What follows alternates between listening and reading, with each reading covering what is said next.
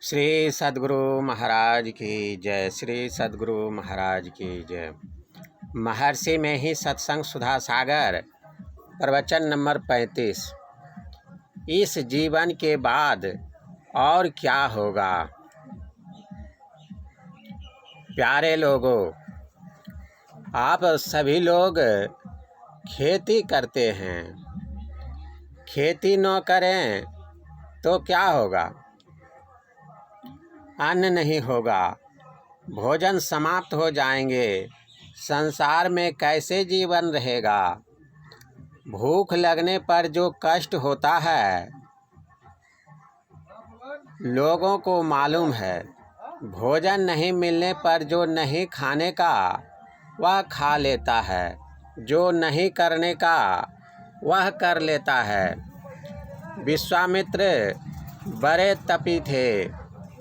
उनके समय अकाल पड़ा था तो किसी तरह प्राण बचाने के लिए लोग वृक्ष का छिलका पत्ता खा गए। विश्वामित्र ऐसे तपस्वी होते हुए भी डोम के यहाँ कुत्ता का मांस लिया, सो भी चोर के रूप में। डोम के पहचानने पर विश्वामित्र बोला, मनुष्य मरने की अवस्था में प्राण बचाने के लिए प्राण रक्षार्थ कोई भी उपाय कर सकता है।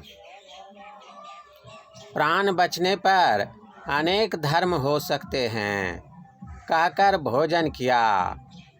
भंगहा में एक माई दूसरे गांव से आई थी। भूख सहन न कर सकी तो अपने बच्चे को पकाकर खा गई। बिना खेती किए खाना कैसे होगा। वस्त्र कैसे पहने, द्रव्य भी कहाँ से आवे। केवल हीरा मोती घर में रहे और खाने की चीज न रहे तो भूखे मर जाएंगे। लोग इसी डर से खेती करते हैं कि खेती नहीं करेंगे तो भूखे रहना पड़ेगा। लड़के गुरुजी के डर से, घर में माता पिता के डर से पढ़ते हैं। इस अवस्था में नहीं पढ़ने से पीछे संसार में विद्याहीन होकर महादुखी होगा। ऊंचे ऊंचे हाकिम तक डर के मारे अपना अपना काम करते हैं। ठीक ठीक काम नहीं करने से पद से नीचे गिरा दिए जाएंगे, बदनामी होगी। इस प्रकार अपने जीवन में सुख से रहने के लिए लोग डर के मारे प्रबंध किया करते हैं। जो अपने लिए सुप्रबंध नहीं करते वे दुखी रहा करते हैं। डर बहुत कड़ी छड़ी है। डर से लोग संसार का प्रबंध करते हैं। सुखी रहने के लिए यह भी डर रखो कि इस जीवन के बाद और क्या होगा। केवल शरीर को जला देने से ही काम समाप्त नहीं हो जाता। शरीर छूटने पर वह अपने कर्म के अनुकूल लोक में जाते हैं। पृथ्वीलोक, ब्रह्मलोक या नरक। जैसा कर्म किया है उसके अनुकूल फिर उसको भोगकर इस संसार में आता है। गाड़ी की पहिया के समान उलट पुलट होता रहता है। प्रत्येक बार के जन्म में दुख सुख होता रहता है। ब्रह्मा के धाम में जाओ तो भी कर्म फल नहीं छूटता। इस प्रकार आवागमन का कष्ट लगा रहता है। सब सुकर्म या सब दुष्ट कर्म ही किसी से हो संभव नहीं। सब कुछ न कुछ सुकर्म और दुष्कर्म करते हैं। आदमी कर्म से ही बुरे या भले का संग करता है। सुकर्म करके लोग स्वर्ग जाते हैं, किंतु सब दिन वहाँ रहना नहीं होता। संसार में एक जीवन के लिए प्रबंध करते हैं, किंतु इस एक जीवन के बाद फिर क्या होगा, इसके लिए भी करो। निधरक बैठा नाम बिन, चेतिन करे पुकार। यह तन जल का बुदबुदा, बिन सत नाहीं बार। पाँचों नौबत बाजती, होत छति सो राग। सो मंदिर खाली परा, बैठन लागे काग। संत कबीर साहब। पूर्ण ईश्वर का भजन करो तो सब दुखों से छूट जाओगे। शरीर का यह स्थूल तल है, इसके भीतर जो प्रवेश करता है तो वह सूक्ष्म तल में जाता है। सूक्ष्म तल जहाँ तक है उसको पार करने पर कारण आता है। यह कारण भी छूट जाता है, तब महाकारण होता है। ये चारों जड़ शरीर हैं। जड़ बराबर अज्ञान, इसके बाद चेतन अर्थात ज्ञानमय शरीर आता है। ये ही 5 तल हैं। इन्हीं पांचों तल से शब्द होते रहते हैं। कोई कहे शब्द क्या होता है? बिना शब्द के सृष्टि नहीं होती है। इन पांचों के केंद्र हैं। बिना केंद्र के मंडल नहीं बन सकता। बिना विद्या के कोई ईश्वर को, धर्म को नहीं समझ सकता। कबीर साहब नहीं पढ़े थे, उनका नकल नहीं हो सकता। सूर्य ईश्वर का बनाया हुआ है, मनुष्य अपने से ऐसा कोई बना नहीं सकता। उसी प्रकार कबीर साहब बनाए हुए थे, उनको बनना नहीं था। मिट्टी से बर्तन बनता है। भूमंडल की थोड़ी थोड़ी मिट्टी एक एक बर्तन का कारण है। उन सब थोड़ी मिट्टी का खजाना भूमंडल है। जितनी मिट्टी से बर्तन बनता है और वह जहाँ से मिट्टी ली गई वह भी स्थान है, तो जहाँ से मिट्टी ली गई वह महाकारण है। सब मिट्टी कारण है और उसकी खानी महाकारण है। कारण बराबर बीज सबब। जो कारण रूप में आता है वह फूट फूट बराबर अलग अलग रूप में हो जाता है। यह व्यष्टि रूप में है। जो समष्टि रूप में है महाकारण है। 3 गुणों को मिलने को प्रकृति कहते हैं। उत्पत्ति, स्थिति और विनाश, ये ही 3 गुण हैं। उत्पन्न करने की शक्ति रजोगुण, पालन करने की शक्ति सतोगुण, विनाश करने की शक्ति तमोगुण है। इन 3 गुणों से विशेष संसार में क्या है? संसार में यही तीनों गुण काम करते हैं। 3 गुणों के समरूप जो हैं वह प्रकृति है। उत्पादक, पोषक, विनाशक, तीनों का सम्मिश्रण रूप जो है वह है प्रकृति। यही प्रकृति सम रूप में रहने से महाकारण है। इसका नाप जोख नहीं हो सकता। 3 शक्ति जहाँ सम रूप में है कुछ हलचल नहीं हो सकता। 3 छोर वाली रस्सी को 3 बराबर बल वाला आदमी खींचे तो हलचल नहीं होगा। उसी प्रकार तीनों गुण सम रूप में रहने से महाकारण है। जब ईश्वर की मौज होगी, प्रकृति के किसी अंश पर मौज पड़ने से उस अंश का भाग कंपित हो जाएगा। यह हो जाएगा कारण, और कंपित भाग महाकारण होगा। महाकारण के बिना कारण नहीं होगा। धान का बीज कारण है। धान बोने से अंकुर होता है, यह है सूक्ष्म। फिर धान का वृक्ष हो जाता है, तब होता है स्थूल। इस प्रकार प्रकृति के 4 रूप हैं। यही रचना है। हम लोग प्रकृति के स्थूल भाग में हैं। अपने अंदर धसो तो सबसे बारीक वह है जो आँख बंद करने पर अंधकार मालूम पड़ता है। अंधकार से आगे बढ़ो तो सूक्ष्म में चले जाओगे। अंधकार छूटने पर क्या मिलेगा? प्रकाश। अंधकार से जिसकी वृत्ति प्रकाश में गई, वह सूक्ष्म में चला गया। यही ऊपर उठना है।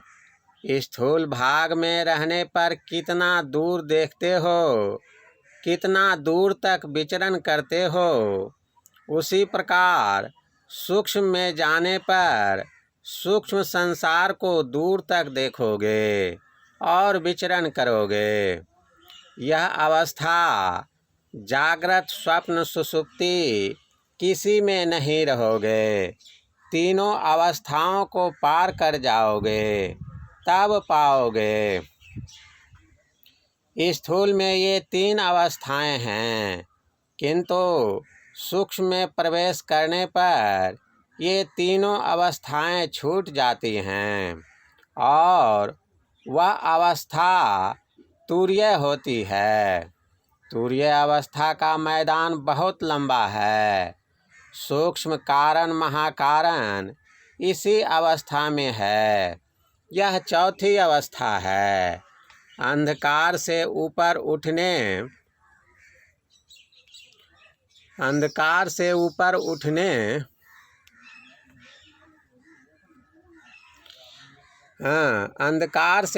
उठने पर अपने शरीर का और संसार का ज्ञान नहीं रहता। इस शरीर के भी 5 दर्जे हैं और संसार के भी 5 दर्जे हैं। हम लोग जिसमें घूमते फिरते हैं, कहाँ? शून्य में। स्थूल आकाश बाहर में भी है और आपके अंदर में भी है। शून्य सूक्ष्म है। सूक्ष्म स्थूल में स्वाभाविक समाया हुआ रहता है। शरीर स्थूल है, इसमें शून्य का सामना स्वाभाविक है। लोहा जो ठोस है, उसमें भी शून्य है। शून्य नहीं रहने से अग्नि में डालने से वह लाल रंग का नहीं हो सकता, वह गर्म नहीं हो सकता।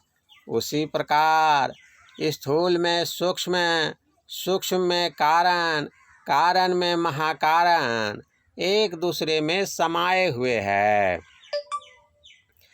इन दोनों में आपके शरीर और संसार में बड़ा मेल है।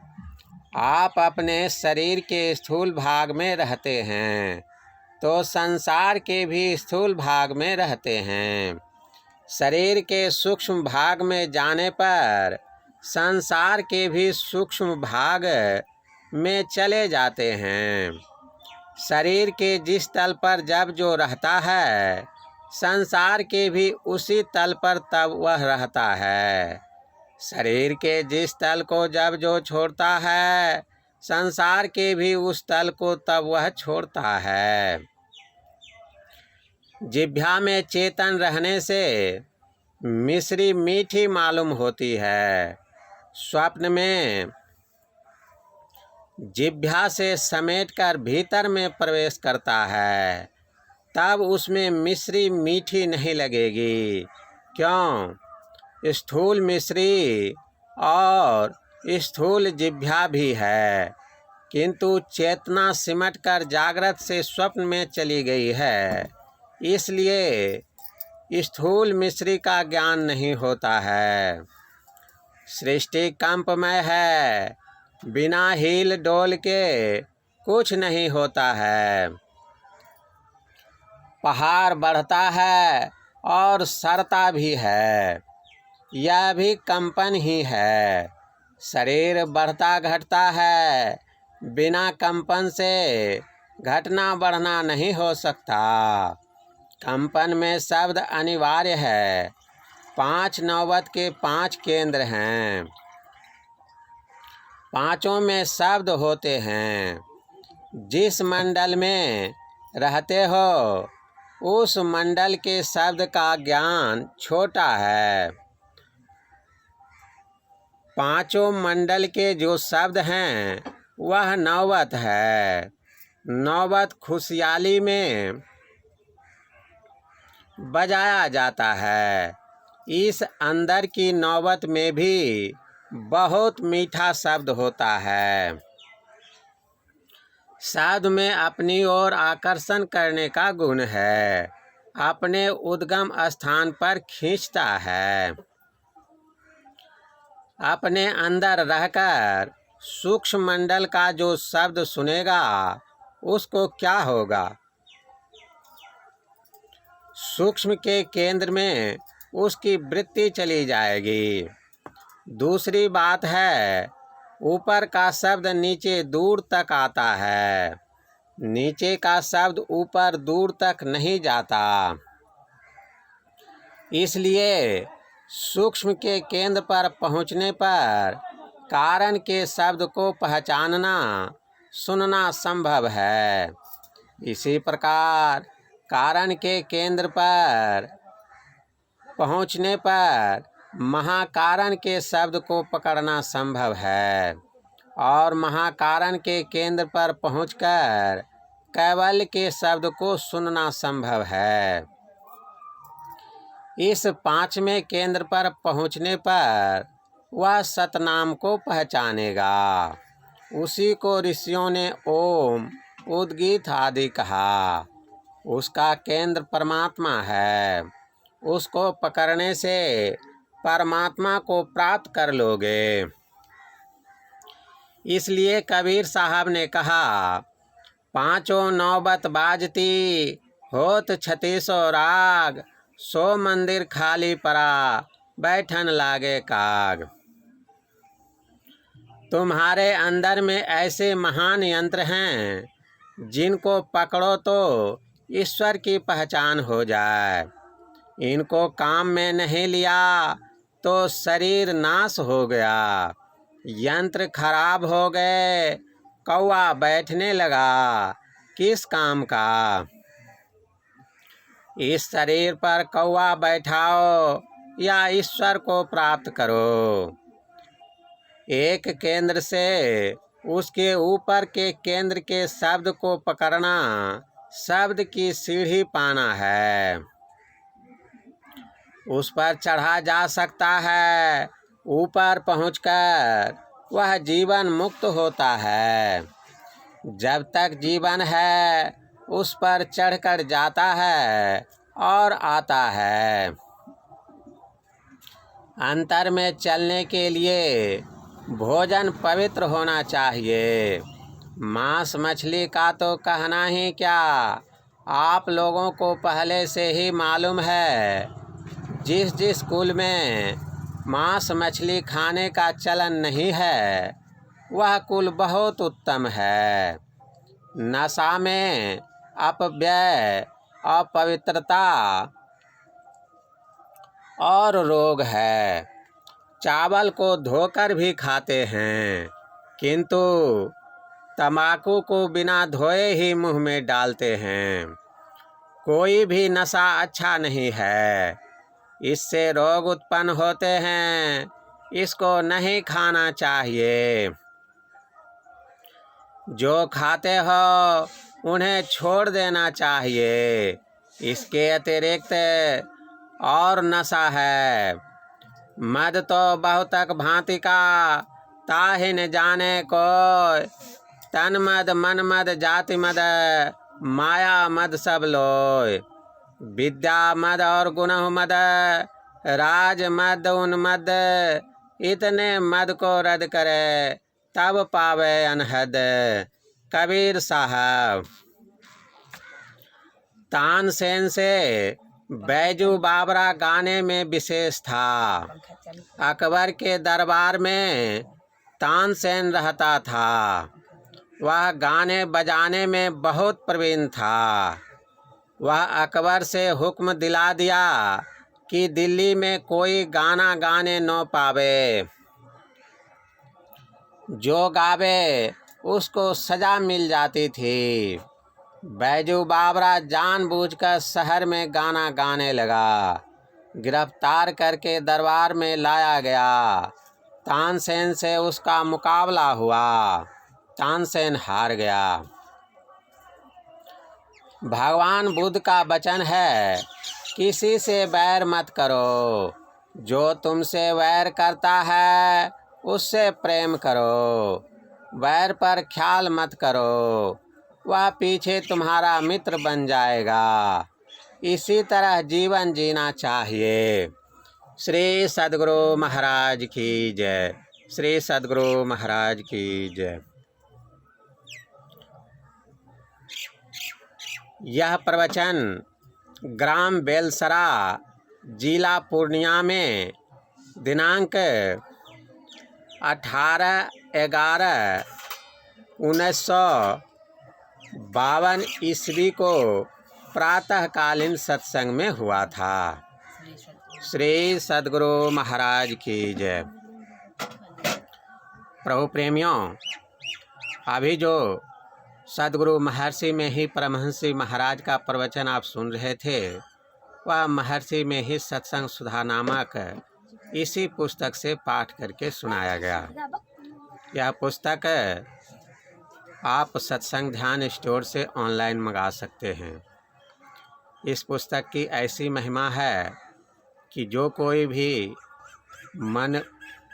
मनोयोग पूर्वक इस पुस्तक का 1-2 बार शुरू से अंत तक पाठ कर लेगा, उसको मनुष्य का ही शरीर प्राप्त होगा। ऐसी इसकी महिमा है।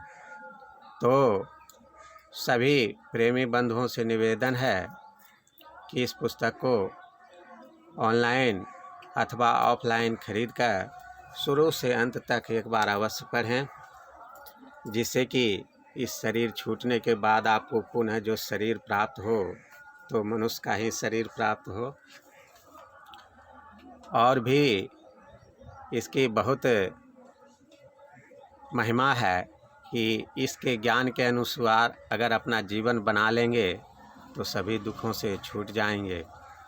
तो यह बहुत ही महत्वपूर्ण गुरु महाराज के 323 प्रवचनों का संग्रह है भाग 1 में, और भाग 2 में जो भी प्रवचन है उसको संकलित किया गया है। श्री सद्गुरु महाराज की जय। इसके साथ ही आप सत्संग ध्यान स्टोर से अन्य संत महात्माओं के साहित्य एवं अन्य उपयोगी सामग्री भी मंगा सकते हैं। जय गुरुदेव।